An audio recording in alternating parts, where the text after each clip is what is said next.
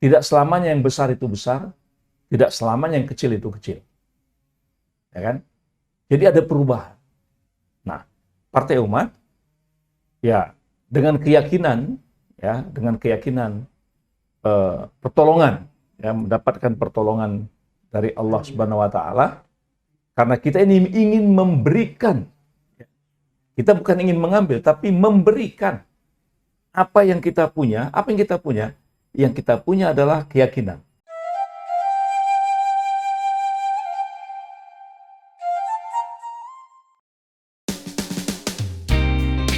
Assalamualaikum warahmatullahi wabarakatuh.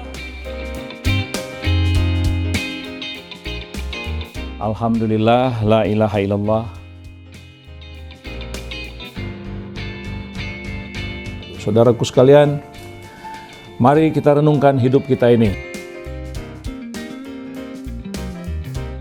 Kita kan harus tahu nih, emang kita memilih tokoh-tokoh itu.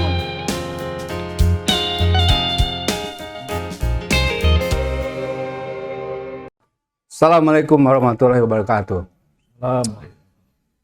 Para pemirsa, kita berjumpa kembali dengan acara bincang-bincang santai. Pada kesempatan ini, Mulhani TV ingin mengetahui lebih lanjut mengenai bagaimana kans Partai Umat di tahun 2024 pemilu nanti. Setelah kita mengetahui bahwa partai ini ternyata alhamdulillah bisa lolos, kemudian tentu saja diharapkan adanya suatu hal-hal yang berbeda dibandingkan dengan partai-partai lain yang sudah lebih lama, lebih dulu, dan sudah memiliki perwakilan di parlemen. Pada kesempatan baik ini, alhamdulillah, Bapak Kaban sebagai wakil daripada Majelis Syuro Partai Umat berkenan untuk hadir bersama kita untuk menyampaikan apa yang akan dilakukan oleh Partai Umat secara real nanti di lapangan, di masyarakat, supaya bisa menarik suara di pada masyarakat dan mendapat perhatian yang banyak. Di samping itu juga pada kesempatan ini hadir pula Saudara Alwi sebagai salah seorang jurnalis, juga Saudara Erik merupakan perwakilan dari kaum UKM. Kita sendiri sadari bahwa kelompok UKM ini kelompok yang banyak sekarang ini setelah Indonesia juga diterpa oleh pandemi, sehingga kelompok ini pun banyak suaranya yang bisa kita perhitungkan untuk menjadi suara-suara yang tambahan nanti dalam persaingan masalah pemungutan suara. Sebab itu dalam kesempatan ini kita langsung saja ingin berbincang santai dengan Bapak Kaban. Pak Kaban, tentunya Partai Umat dengan partai yang baru ini mempunyai suatu langkah-langkah strategi dalam rangka bagaimana dia akan menyampaikan suatu program-programnya kepada masyarakat yang bisa diminati oleh masyarakat sehingga menjadi partai alternatif bagi masyarakat. Silakan Pak Kaban. Bismillahirrahmanirrahim. Assalamualaikum warahmatullahi wabarakatuh. Pak Edward, Kevin, dan Pak Erik. Alhamdulillah kita dapat berbincang-bincang, ya, berdiskusi, dan terima kasih atas perhatiannya terhadap Partai Umat, ya, Partai Umat yang telah ditetapkan KPU menjadi salah satu partai peserta pemilu dengan nomor 24 pada pemilu tahun 2024 yang akan datang. Jadi sebagai sebuah partai baru, ya, sebagai sebuah partai baru, tetapi para aktivis-aktivisnya yang bergabung ke Partai Umat adalah insya Allah adalah orang-orang yang memiliki komitmen, memiliki loyalitas, memiliki dedikasi, kiprah gerakan dan perjuangannya selama ini adalah untuk kepentingan masyarakat, kepentingan rakyat. Jadi sebagai sebuah partai politik baru, tentu kita akan membangun jaringan, ya, membangun network dari semua lini, ya, dari semua lini yang ada di tengah-tengah masyarakat, yang mereka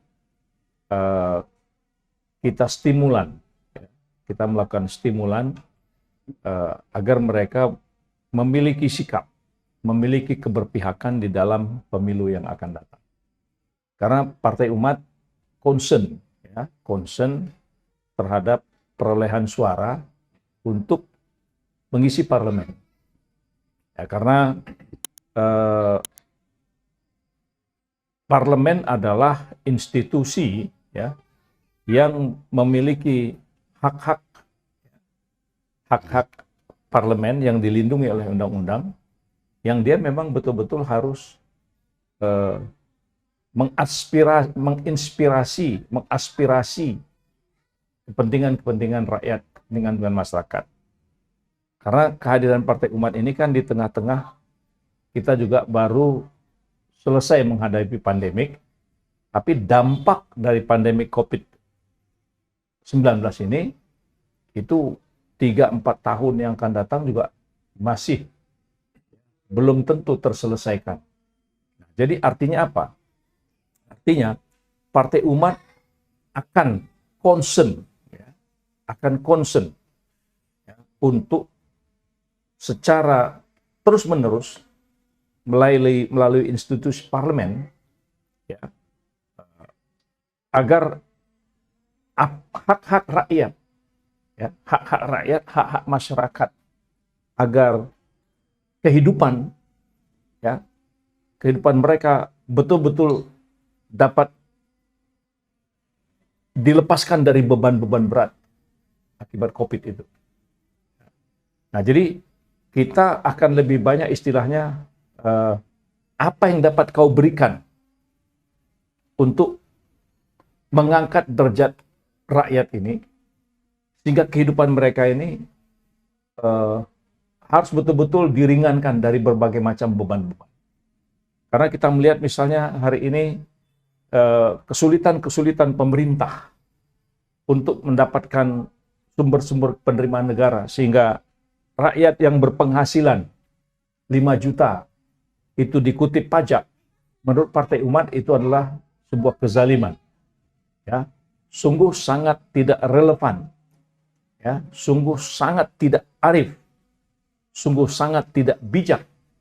Di tengah-tengah rakyat sedang menghadapi beban-beban kehidupan yang sangat mahal, lalu mereka dibebani pajak dari pendapatan mereka yang sebenarnya belum tentu cukup. Nah, bagi Partai Umat, hal-hal seperti ini tidak boleh terjadi. Begitu juga terhadap saudara-saudara kita yang mereka terjun dalam bidang usaha UMKM misalnya. Nah, kita betul-betul berkomitmen ini. Bagaimana UMKM ini mereka bisa survive dan mereka menjadi sokoguru ekonomi Indonesia. Ya. Nah, 60-70% dinamika ekonomi di tengah-tengah masyarakat ini, itu UMKM-nya harus menjadi fondamen. Jadi kalau UMKM-nya kuat, maka dalam situasi apapun, itu kita akan tetap bisa bertahan. Nah, dampak pandemi ini terasa bagaimana beban UMKM. Begitu juga, jadi bagaimana beban UMKM ini mereka bisa dimerdekakan, ya, dari rentenir-rentenir, ya, yang banyak menjerat kehidupan mereka. Dan bagaimana Partai Umat berjuang mempersiapkan institusi-institusi yang betul-betul dapat menjadi sumber air di tengah-tengah padang pasir bagi para UMKM ini. Sehingga mereka bisa bertahan, mereka bisa bangkit, mereka bisa survive, dan mudah-mudahan mereka akan menjadi kelompok-kelompok usaha menengah yang solid dan kuat. Nah, begitu juga misalnya kita merasakan, melihat hari ini betapa tidak adilnya sikap-sikap terhadap petani-petani. Petani-petani ini mereka sudah merasakan beban biaya pupuk yang begitu sulit, ya, sulit, mahal, sudah mahal, sulit, yang subsidi sangat terbatas, dan kemudian harga-harga komoditi pertanian yang cenderung, ya, pemerintah lepas tangan, ya, ketika panen, ya, harga murah, dan ketika mereka sedang menanam, kemudian impor beras dari negara-negara lain. Jadi artinya Partai Umat merasa bahwa ini adalah sebuah ketidakadilan, ya, sikap yang tidak adil terhadap bagaimana penguatan ekonomi petani-petani rakyat ini. Jadi petani-petani kita. Begitu juga terhadap lahan-lahan. Kita melihat bahwa hari ini terjadi penyusutan lahan-lahan pertanian persawahan yang berubah menjadi kawasan-kawasan industri, sementara kawasan-kawasan baru, persawahan-persawahan baru tidak tumbuh, ya, tidak berkembang, karena ada kekeliruan kebijakan dalam membuka kawasan-kawasan ini. Nah, petani-petani tebu kita, ya, bagaimana mungkin kita memiliki pabrik gula, kita memiliki kebun tebu yang sangat luas, tapi kemudian kita impor gula jutaan ton. Ini kan sama dengan mematikan, ya, mematikan pendapatan masyarakat atau harga jual, ya, tebu-tebu masyarakat untuk ke pabrik-pabrik gula menjadi sangat tidak membantu kehidupan mereka. Jadi kita sebagai partai politik itu memang concern bagaimana kehidupan sosial, ya, kehidupan sosial dan keadilan sosial. Jadi Partai Umat itu ingin memanggil umat, kembalilah bersama-sama dengan umat, kita bangkit untuk memperjuangkan nasib masyarakat yang selama ini sudah keberpihakan itu sangat jauh, karena negara terlalu berkonsentrasi untuk mengatasi beban-beban hutang yang sedemikian rupa, sehingga kehidupan rakyat ini selalu terabaikan, khususnya para petani-petani, para UMKM, koperasi-koperasi kita, yang kita lihat dari waktu ke waktu semakin kehilangan peran-perannya di dalam kehidupan ekonomi gitu. Itu. Ya, terima kasih. Apa yang disampaikan oleh Pak Kaban ini memang satu hal yang mendasar sekali, ya. Jadi saya seperti merasakan bahwa ada salah dalam masalah penanganan kehidupan untuk di Indonesia ini. Jadi masalah kesejahteraan itu ditinggalkan gitu, tertinggal. Kita memang bisa bandingkan, kita bisa lihat, bandingkan negara-negara yang dulu juga tertinggal, toh sekarang malah lebih maju gitu, ya. Kita lihat mungkin di Vietnam, bagaimana Vietnam sekarang menjadi eksportir, ya, pertanian luar biasa. Thailand dalam segi sayur mayur dan buah-buahan. Kenapa kok Indonesia kok jalan di tempat gitu, ya? Kenapa kalau mereka bisa laju, tapi di kita itu malah seperti jalan di tempat? Sehingga kita ini menjadi negara importir gitu, ya, dalam masalah pangan saja. Ini persoalan-persoalan sangat mendasar sekali. Hal semacam ini sebetulnya itu apakah tidak ada terlalu banyak para politisi di Indonesia ini, atau bagaimana nih Bang nih? Apa salah urus bagaimana? Jadi begini, Pak. Kembali, ya, setiap partai politik itu memiliki visi, ya. Nah, partai-partai politik ini perlu dievaluasi oleh rakyat. Jadi rakyat perlu melakukan evaluasi terhadap partai-partai politik ini. Puluhan tahun mereka sudah bersama-sama, tapi apakah kehidupan mereka betul-betul terangkat derajatnya? Nah, Partai Umat ingin merubah suasana itu. Ya. Apakah terlalu banyak partai? Tidak. Sehingga terjadi terbantu banyak kepentingan gitu. Saya kira masalah banyak atau sedikit partai itu tidak menjadi masalah. Yang pasti adalah bagaimana keberpihakan. Ya, bagaimana keterpanggilan. Nah, partai-partai politik sekarang ini sudah berkoalisi dengan pemerintah. Dan apapun yang dilakukan oleh pemerintah diiyakan. tidak mengkritisi, ya, tidak memberikan gagasan-gagasan baru. Nah, Partai Umat akan mengembalikan kedaulatan itu betul-betul pada wakil-wakil yang dipilih oleh rakyat. Ya, jadi kedaulatan rakyat inilah yang perlu dihidupkan, ya, sehingga mereka menjadi wakil-wakil rakyat, rakyatnya kenal sama mereka. Ya, bukan hanya ketika mau menjelang pemilu. Nah, jadi makanya kita akan tokoh-tokoh masyarakat, para aktivis-aktivis yang mereka selama ini memang punya idealisme, kita minta mereka maju, ya, untuk mewakili rakyat yang diwakilinya. Karena jadi partai-partai politik masing-masing, ya, kan ada partai politik dengan tagline-nya masing-masing, ya kan? Nah, pertanyaannya apakah mereka betul-betul concern, fokus terhadap tagline-nya, atau itu hanya sekedar pemanis?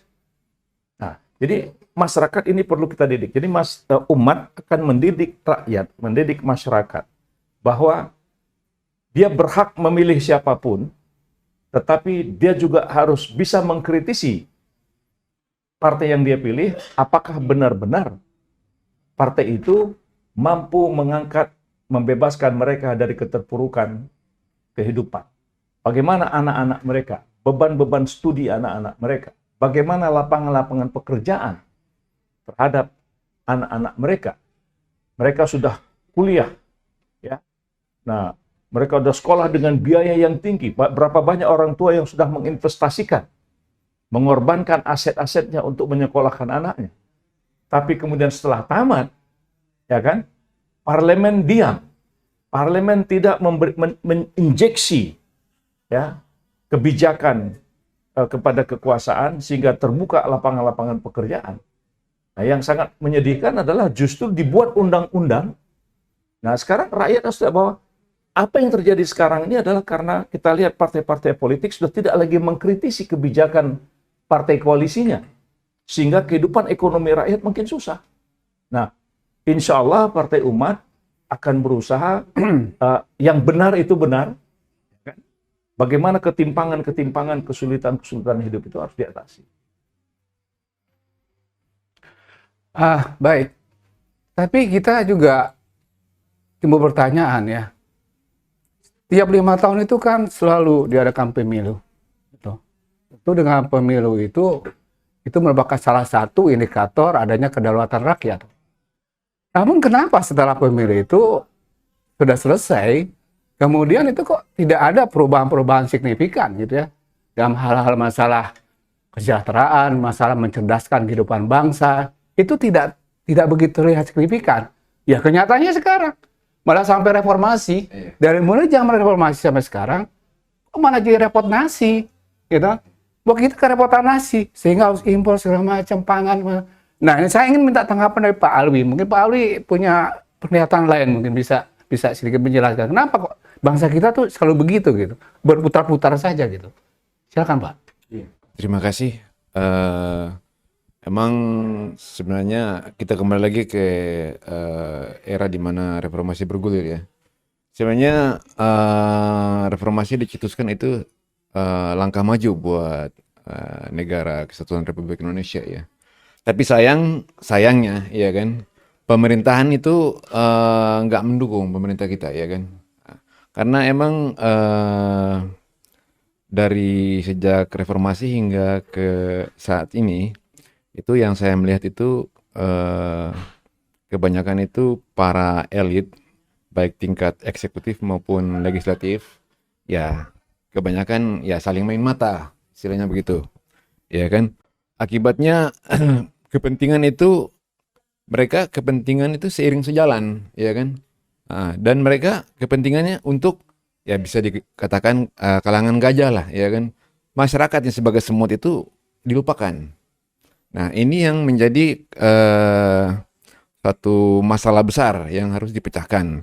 Makanya tadi yang udah disampaikan oleh Pak Dr. M.Ska Ban bahwa Partai Umat punya formulanya, ya kan. Nah, itu saya sangat mendukung dalam hal ini, ya. Dan itu cukup baik karena enggak banyak partai yang ngomong seperti itu, ya kan? Kebanyakan hanya janji ini, ya kan, perbaikan pendidikan ini, ya kan, ini itu, tapi nggak pernah jalan, ya kan? Mungkin saya ada pertanyaan lagi ke Pak Kaban. Kira-kira formula apa yang udah disiapin untuk ya ibaratnya negara kita ini bisa dikatakan bangunan yang udah goyah ya. Jadi mungkin fondasi yang diganti atau gimana nih? Begini, Partai Umat, ya saya hanya mengatakan begini, Partai Umat akan fokus memperjuangkan rakyat itu pada 8 kelompok, ya, pada 8 bidang. Jadi 8 jalur pemerataan keadilan sosial. Nah, jadi ada 8 jalur pemerataan keadilan sosial yang kita sangat yakini ini merupakan salah satu trigger untuk mendorong pertumbuhan kemakmuran rakyat.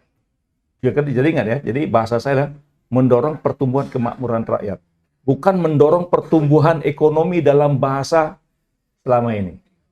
Ya. Jadi kita mendorong bagaimana pertumbuhan kemakmuran rakyat ini melalui 8 jalur. Ya, 8 jalur pemerataan ya, kemakmuran rakyat itu. Karena 8 kelompok masyarakat, 8 jalur inilah yang kita lihat yang menjadi beban. Ya, misalnya pendidikan. Ya, pendidikan. Ya. Harusnya negara seperti Indonesia dengan tingkat penghasilan resources seperti Papua, ya, Kalimantan, Sulawesi, Sumatera, Riau, Aceh, itu harusnya pendidikan itu apakah swasta atau negeri, itu harusnya biayanya ditanggung oleh negara. Nah, bagaimana caranya? Nah, sebetulnya kan sudah ada, kita tahu. Ya. Kita tahu bagaimana mengalokasikan. Ya. Jadi bagaimana mengalokasikan sumber daya penerimaan negara untuk mendrive 8 jalur tadi ini. Ya. Kemudian kita betul-betul concern, prihatin terhadap kaum-kaum fakir miskin. Nah, bagaimana kaum-kaum fakir miskin ini, mereka betul-betul menjadi orang terlatih. Bagaimana mereka menjadi orang-orang yang kita berikan pancing, ya, sehingga mereka menjadi orang yang survive dimanapun mereka berada. Nah, berarti ini ada multi edukasi yang diberikan kepada mereka. Jadi ini challenge, ini tantangan besar. Jadi kita dengan strategi 8 jalur itu, kita sangat yakin sehingga mobilitas, lalu lintas, kehidupan kemakmuran rakyat itu teratasi. Jadi kalau tanya saya strateginya, kita akan concern di 8 jalur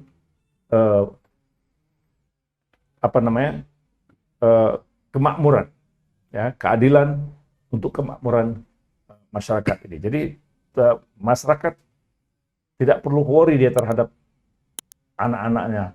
Ya, selama ini sudah ada, tapi kita ingin lebih masif. Ya, karena maju mundur sebuah bangsa itu adalah membangun sumber daya manusianya. Dan itu ada pada 8 jalur kehidupan itu. Nah, ini. Terima kasih, Pak Alwi. Nah, dari apa yang diuraikan, itu terlihat bahwa memang Partai Umat ingin menjadi suatu semacam lokomotif ya. Lokomotif bagaimana bisa mendorong semua sumber daya yang ada supaya bisa mencapai suatu tingkat pertumbuhan kesejahteraan lebih baik gitu kan. Nah, sebelum bicara ke sana, ada suatu hal pertanyaan yang menggelitik. Bahwa kita ini sebagai bangsa, kebangsaan sekarang ini, ada pihak-pihak yang merasa meragukan rasa nasionalismenya. Kenapa? Ya kenyataan dari sudah 77 tahun merdeka, itu kok masalah yang itu juga gitu. Masalah kemiskinan, itu ke itu aja. Tidak ada yang namanya tuh pengurangan, kalaupun dari sisi angka-angka ada, tapi dari masyarakat. Bisa kita lihat sekarang bagaimana kehidupan masyarakat bawah. Coba perhatikan, di kota-kota sekarang, itu tiap jalan-jalan makin banyak orang mencari makan. Yang mengemis, yang mengamen, yang meminta-minta, itu makin banyak loh. Tidak ada simpang jalan tidak dijaga oleh polisi dadakan. Ya toh? Menjaga, itu kan sekedar untuk mencari makan. Nah, itu kan indikasi yang menunjukkan bahwa kenyataan, ini kemakmurannya di mana sama ini? Kok sedangkan angka-angka tuh lain gitu penyajiannya dengan kenyataan. Nah, karena hal semacam ini, apakah adanya suatu rasa kebangsaan tuh di kita itu memang udah perlu dipertanyakan tuh. Ya? Apakah memang perlu ada kebangkitan nasional atau ada yang bilang apa perlu ada Sumpah Pemuda kedua? Ya kan? Sumpah Pemuda kedua nanti setelah pemilu ini, Sumpah Pemuda, disumpah pemuda itu partai-partai politik misalkan. Supaya rasa kebangsaannya itu bisa sama-sama. Karena percuma kalau partai umat mendorong sendiri, nggak akan kuat. Persoalannya tambah berat. Sedangkan yang lain kan tidak peduli gitu kan. Sedangkan mereka sudah punya akses besar. Nah ini apa semacam ini perlu dibangkitkan kembali, apa Sumpah Pemuda kedua atau reformasi kedua atau apa gitu, Bang? Silakan coba. Ya, jadi begini, kita tidak boleh menyerah. Ya. Kita tidak boleh menyerah terhadap keadaan. Partai Umat sangat meyakini pergiliran kedaulatan itu ada. Cepat atau lambat. Ya. Tidak selamanya yang besar itu besar, tidak selamanya yang kecil itu kecil. Ya kan? Jadi ada perubahan. Nah, Partai Umat ya dengan keyakinan pertolongan, ya, mendapatkan pertolongan dari Allah Subhanahu wa taala, karena kita ini ingin memberikan. Kita bukan ingin mengambil, tapi memberikan apa yang kita punya. Apa yang kita punya? Yang kita punya adalah keyakinan. Yang kita punya adalah pemikiran. Yang kita punya adalah kemampuan untuk merumuskan kebijakan dan undang-undang yang dapat mengikat masyarakat dan kemudian dapat merubah kehidupan mereka. Nah, di sini sudah tentu tantangan kita sadari, tapi kita yakin dengan bahasa saya tadi bahwa tidak selamanya kita kecil. Tidak selamanya partai yang berkuasa itu tetap dalam kekuasaan. Itu adalah peluang. Yang Kecil itu indah katanya. Nah, jadi kita starting dari awal bahwa kita ingin memberikan sesuatu kepada masyarakat, kepada rakyat, karena kita paham reformasi. Karena selama ini, kenapa situasi kita seperti sekarang? Karena yang tampil menjadi pemimpin, yang tampil jadi presiden, nggak paham reformasi. Jadi, mungkin orang kurang menyadari itu. Nah, kita ingin menyadarkan bahwa kita ini ngerti reformasi. Apa yang harus kita benahi? Ya kan? Siapa yang harus kita kedepankan? Yang kita utamakan. Jadi, skala prioritas itu bagi Partai Umat adalah rakyat, masyarakat. Jadi, hal-hal yang sifatnya selama ini sudah established, itu harus kita kritisi. Itu harus kita kritisi. Ya. Seperti bahasa selama ini terhadap infrastruktur. Benarkah infrastruktur yang sekarang ini menjadi trigger pertumbuhan kemakmuran rakyat? Kan jadi pertanyaan. Nah, sebenarnya apa infrastruktur untuk UMKM? Apa infrastruktur untuk petani-petani kita yang berlahan sempit?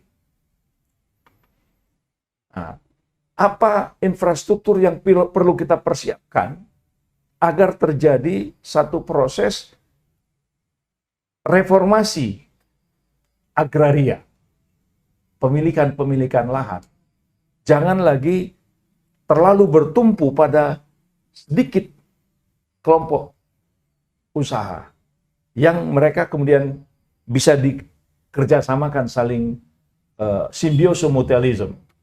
Nah, jadi apa yang kita lakukan ini adalah dalam rangka kecintaan kita kepada bangsa ini. Kita tidak ingin bangsa ini terjual, kita tidak ini bangsa ini dibeli oleh bangsa manapun, karena kita memiliki sumber daya manusia. Jadi poin kita adalah bagaimana membangun sumber daya manusia pada 8 jalur itu tadi. Nah, kaum fakir miskin, ya kaum fakir, bagaimana dia menjadi dicerdaskan? Orang miskin, bagaimana dia dimakmurkan? Nah, orang-orang yang menuntut ilmu dalam dunia pendidikan, formal maupun informal, bagaimana mereka bisa survive? Mereka bisa diterima dimanapun. Nah, kenapa kita harus menampung tenaga kerja dari Cina? Apakah orang Cina lebih terampil dari kita? Belum tentu. Ya. Nah, jadi inilah harus penguatan-penguatan seperti ini agar kecintaan mereka terhadap bangsa ini semakin kuat. Saya merasa bahwa seperti terlalu mudah, terlalu gampang mendatangkan pekerja-pekerja asing, khususnya dari Cina, menurut saya itu sebuah kecelakaan. Ya, itu kecelakaan sejarah. Partai Umat akan menentang itu. Ya. Kita bukan artinya menolak tenaga ahli dari luar, bukan. Ya. Tapi harus lebih selektif lah ya. Tetapi harus proporsional. Proporsional. Ya kan? Kita mana hal-hal yang sifatnya memang mereka ahlinya, ya berikan pada ahlinya. Nah, tapi ketika mereka memiliki keahlian, bagaimana mereka mentransfer skill-nya, expertise-nya kepada masyarakat kita. Kalau dia punya teknologi, bagaimana kita bisa memodifikasi dan menginovasi teknologinya. Nah, sehingga dengan demikian, dari waktu ke waktu kita bisa makin sejajar dengan bangsa-bangsa yang lain. Nah, inilah Partai Umat. Dan itulah salah satu cara membangun semangat nasionalisme. Jadi, dia bangga sebagai bangsa Indonesia. Kenapa? Karena negaranya, pemimpinnya, partai politiknya, itu memotivasi, memacu mereka, sehingga timbul kebanggaan tadi. Jadi, saya kembali kepada prinsip bahwa inilah pentingnya kedaulatan. Ya. Kedaulatan rakyat, dia memilih pemimpin-pemimpinnya yang betul-betul signifikan, bisa mempengaruhi kebijakan dan membuat undang-undang. Nah, inilah yang selama ini kita rasakan bagaimana reformasi itu akhirnya kehilangan arah. Partai Umat ya bisa memfasilitasi dengan spirit baru. Gitu. Nah, ini yang tidak bisa kita introduksi pada masyarakat. Gitu. Jadi kenapa reformasi itu gagal? Karena yang tampil itu nggak ngerti reformasi.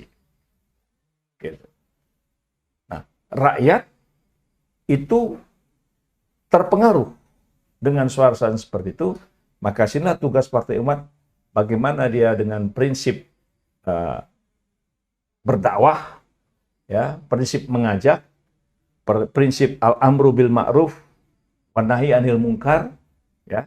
Nah, memperkenalkan semangat itu dalam rangka membangun Indonesia yang kuat. Yang selalu saya katakan bahwa Partai Umat akan konsisten, ya, terus mengawal apa yang menjadi amanat Undang-Undang Dasar untuk sebesar-besar kemakmuran rakyat itu. Itu amanat. Gitu. Ya. Ya. Bagus sekali ya. Jadi memang Partai Umat ini menginginkan apa yang sudah terdapat dalam Pancasila, Undang-Undang Dasar negara kita, konstitusi kita, bahwa negara ini dibentuk, didirikan gunanya untuk mencerdaskan rakyat dan mensejahterakan rakyatnya. Nah itu. Nah di samping ini saya ada juga Pak Erik yang juga pelaku UMKM yang ingin kita minta juga masukannya. Karena beliau ini adalah kelompok-kelompok yang sama ini bertahan dalam masa pandemi, kemudian sudah selesai pandemi pun sekarang tetap bertahan dan merupakan kelompok-kelompok yang bisa menyaring para yang banyak pengangguran, yang mengurangi pengangguran juga. Jadi bagaimana sebetulnya sekarang UMKM ke depannya yang akan kita harapkan. Silakan Pak Erik. Ya, terima kasih Pak Edo ya. Ya. Jadi begini Pak MS Kaban, saya mau tanyakan keberadaan UMKM ini yang katanya sebagai tulang punggung perekonomian nasional, tetapi tidak pernah diperhatikan oleh pemerintah begitu. Ya, dalam artian kadang mereka dagang diusir gitu ya. Kemudian masalah izin mereka dipersulit. Kemudian fasilitas-fasilitas mungkin pengadaan modal kerja mereka juga tidak pernah kurang diperhatikan lah begitu ya. Ya, nepotisme seperti masih tetap terjadi, artinya kalaupun ada bantuan-bantuan dari pemerintah itu hanya untuk keluarga dan orang-orang terdekat dengan pemerintahan itu sendiri begitu. Ya, yang namanya UMKM itu Pak Kaban ya, itu kan jenisnya banyak ya. Artinya tidak merata itu mereka itu dapat terbantu. Jadi UMKM yang termarginalkan ini ya mereka juga sebagai rakyat juga menuntut haknya kepada pemerintah begitu. Ya mungkin dalam hal ini Partai Umat sebagai partai baru ya mungkin menjadi sebuah harapan ya bagi UMKM pada umumnya untuk bisa menyalurkan aspirasi, keinginan, kepentingan UMKM. Ya selama ini kan partai-partai selalu mengkedepankan UMKM, cuma waktu menjelang pemilu setelah mereka terpilih mereka tidak pernah perhatikan UMKM Pak Kaban. Ya mungkin Pak Kaban bisa menambahkan setidaknya apa yang bisa menjadi sebuah keyakinan bagi kami UMKM untuk bisa juga menaruh perhatian yang besar kepada Partai Umat agar bisa membuat perubahan. Karena menurut kami UMKM yang pasti itu adalah perubahan begitu Pak Kaban. Ya mungkin Pak Kaban bisa memberi masukan, arahan kira-kira program apa dari Partai Umat sendiri untuk bisa memajukan UMKM lah, atau mungkin juga setidaknya selama ini UMKM yang nggak pernah terperhatikan untuk masalah pengadaan modal kerja bagi mereka. Ya kan mereka juga di ekonomi global ini mereka juga banyak saingan begitu Pak Kaban. Ya mungkin harapan kami dari UMKM terhadap Partai Umat seperti yang saya sampaikan tadi. Kira-kira program apa nih yang dari Partai Umat sendiri yang akan lakukan terhadap UMKM? Ya, terima kasih, mungkin itu. Saya sangat concern ya, dan insya Allah ya tim pakar Partai Umat itu adalah orang-orang yang memang memiliki keahlian dan pengalaman bagaimana mendevelop ya, mengembangkan dan menjadikan UMKM itu sektor prioritas ya. Karena di awal tadi saya mengatakan Partai Umat sangat concern bagaimana UMKM itu dia menjadi sokoguru ekonomi. Nah, kalau dia sebagai fondamen ekonomi dalam situasi apapun, fondamen itu kalau kukuh menghadapi badai seperti apapun, dia tetap bertahan. Nah, inilah harus kita prioritaskan. Nah, tadi saya sudah sebut ya bahwa Partai Umat sangat memahami ya bagaimana mengalokasikan dana alokasi ya, dana alokasi umum yang ada di dalam budget negara yang harus menjadi prioritas untuk UMKM.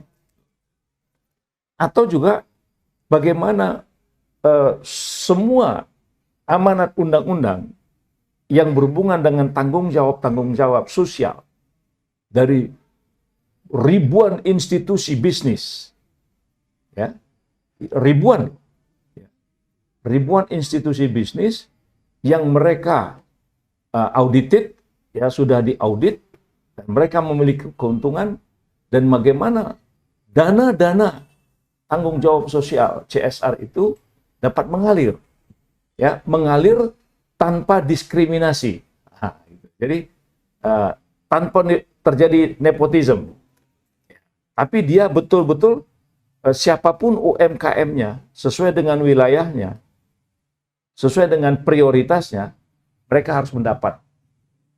Dengan kemajuan digital hari ini, saya pikir tidak ada alasan, ya, tidak ada alasan UMKM itu tidak terperhatikan, karena semua UMKM harus teridentifikasi. Ya.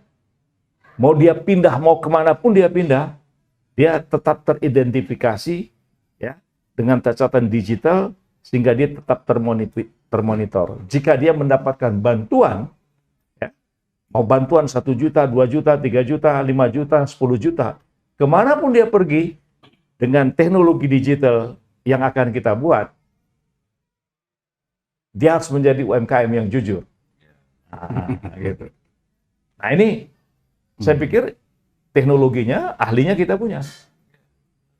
Nah, jadi mau di mana dia? Mau di pelosok Papua, ya kan? Kalau dia sudah terdaftar, teridentifikasi, ada nomornya dan sebagainya, dengan teknologi digital yang kita bangun, ya, dia tidak akan bisa menghindar. Jadi kalau ada dia kewajibannya untuk menyelesaikan kewajiban-kewajibannya, tetap termonitor. Jadi ini bangun sistem. Nah, bangun sistem, dan kemudian setiap UMKM harus teridentifikasi apa yang menjadi bidang usahanya. Nah, sudah tentu ada UMKM yang sukses, yang mereka bisa misalnya untuk mengekspor hasil-hasil karya mereka. Ini harus dibuka pintu seluas-luasnya agar kita mendapatkan gain, ya, ada gain from trade dari para UMKM itu. Nah, jadi ini saya pikir yang saya katakan, kita concern, ya, kita concern bagaimana dengan 8 jalur, ya, kemakmuran sosial masyarakat kita itu menjadi komitmen Partai Umat. Salah satu diantaranya tadi adalah UMKM ini. Kita paham, ya, UMKM ini memiliki stratifikasi yang sangat luar biasa. Nah, tapi saya pikir kita sudah tahu, ya, kelas-kelas mana, kelompok-kelompok mana, di wilayah-wilayah mana. Nah, tinggal nanti bagaimana dengan teknik digital itu, mereka bisa termonitor setiap saat, ya, dan saya kira kalau itu terwujud akan membuka banyak lapangan pekerjaan. Gitu, Pak Edward. Terima kasih. Ya, bagus sekali. Jadi kita manfaatkan teknologi IT atau digital, zaman digital sekarang ini, supaya para pelaku UMKM itu bisa teridentifikasi dan bisa termonitor dengan baik itu perkembangannya. Namun apa hanya cukup itu? Apa tidak perlu seperti dulu kan ada istilahnya Bapak Asuh gitu ya, Bapak Asuh. Entah sekarang kemana tuh bapak-bapaknya? Saya nggak tahu juga tuh ya. Gitu. Apakah hal itu juga bukan suatu hal yang sebagai yang baik juga gitu? Selain sudah ada identifikasi, tapi ada sistem Bapak Asuh. Jadi artinya ada selalu pembinaan gitu untuk UMKM ini. Itu Partai Umat bagaimana? Apakah ada semacam itu juga satu alternatif baik? Ya, sudah tentu begini, Bung Edward. Apa yang sudah baik, ya, apa yang sudah terinstitusi, ya, di tengah-tengah masyarakat dan sistemnya berjalan, itu kita kembangkan. Jadi kalau dia misalnya sistem Bapak Asuh itu sudah jelas, sudah terorganisasi dengan bagus, dan kemudian juga memberikan implikasi sosial, dan kemudian meningkatkan taraf hidup mereka, saya kira apa yang sudah baik itu dikembangkan. Jadi di drive dia supaya dia lebih cepat untuk menciptakan kemajuan-kemajuannya gitu. Nah, bagi bapak-bapak asuh yang mungkin, ya kan ada juga mungkin juga bapak asuhnya sudah tua renta, ya kan? Nggak muncul yang baru, nggak ada. Jadi dia sudah tua renta sehingga untuk memberikan bantuan pun tangannya sudah lemah misalnya kan. Nah, ini kita bagaimana dia istilahnya di re-engineer. Di re-engineer, dia direkayasa kembali sehingga dia sebagai bapak asuh, mungkin bapak asuhnya kasih teknologi stem cell sehingga dia lebih segar, sehingga dia membantu itu saya kira masalah teknis. Nah, tapi artinya apa? Semua kalangan yang sudah terlibat dan terpanggil untuk program meningkatkan taraf hidup UMKM itu harus didorong dan bila perlu, bukan bila perlu, dan dia harus dikembangkan, dibuka jalan untuk dia. Ya, jadi kita ini harus, ya karena UMKM ini katakanlah kaum pribumi, ya mayoritas UMKM itu pribumi, bagaimana pribumi bisa menjadi tuan rumah di negerinya sendiri? Gitu Bang Edward. Tapi tidak menutup kemungkinan ke Bapak asuh itu dari luar gitu. Apakah ada kemungkinan bisa seperti itu juga baik? Selama ini kerjasama itu kan ada. Kerjasama apakah namanya kerjasama unilateral, apakah kerjasama bilateral, atau multilateral. Sepanjang kerjasama itu tidak mengikat, ya, tidak mengikat, why not? Ya, karena di dunia ini berjalan hukum itu. Ya, berjalan hukum itu. Yang penting itu tadi, bahwa prioritas kita ada. Bagaimana mendevelop, ya, bagaimana membangun, bagaimana mengembangkan mereka, sehingga mereka dalam situasi apapun saya katakan tadi, menjadi fondamen ekonomi, jadi sebesar apapun angin kencang, badai yang akan menerpa, mereka tetap kukuh. Hanya pentingnya kalau kita menjadikan UMKM ini sebagai soko guru ekonomi nasional. Nah, tetapi mereka harus di backup, mereka harus ditopang. Siapa yang menopang mereka? Negara, pemerintah. Nah, pemerintah ini bagaimana supaya UMKM itu di peran parlemen. Nah, insya Allah, mudah-mudahan rakyat memilih anggota-anggota parlemen dari Partai Umat yang mereka betul-betul kuat dan memiliki komitmen. Ya, memiliki komitmen itu. Nah, kita juga akan melakukan kontrol juga terhadap internal kita. Kalau kita mengatakan lawan kezaliman, kita sendiri jangan berbuat zalim, kan begitu. Ya, pemirsa, sebetulnya topik ini sangat menarik sekali ya. Tentunya kita ingin lebih jauh lagi, lebih panjang, lebih dan mendalam lagi gitu mengupasnya. Tapi memang kita dibatasi oleh waktu. Namun demikian kita sudah menangkap kemana sebetulnya Partai Umat ini akan di masa depan akan berjuang, ya toh. Yaitu kita sudah jelas tadi bahwa dalam segi ekonomi, Partai Umat ingin kelompok-kelompok di bawah ekonomi seperti UMKM itu bisa menjadi soko guru. Kemudian dari segi politik, Partai Umat ingin agar bangsa ini adalah bangsa yang bersatu, yang kuat dan sama-sama untuk mendorong kemajuan untuk kesejahteraan rakyatnya. Nah, sebagai statement terakhir saya mungkin ada minta dari Pak Kaban, mungkin ada statement atau pernyataan terakhir yang bisa menjadi kenangan bagi pemirsa. Silakan Pak.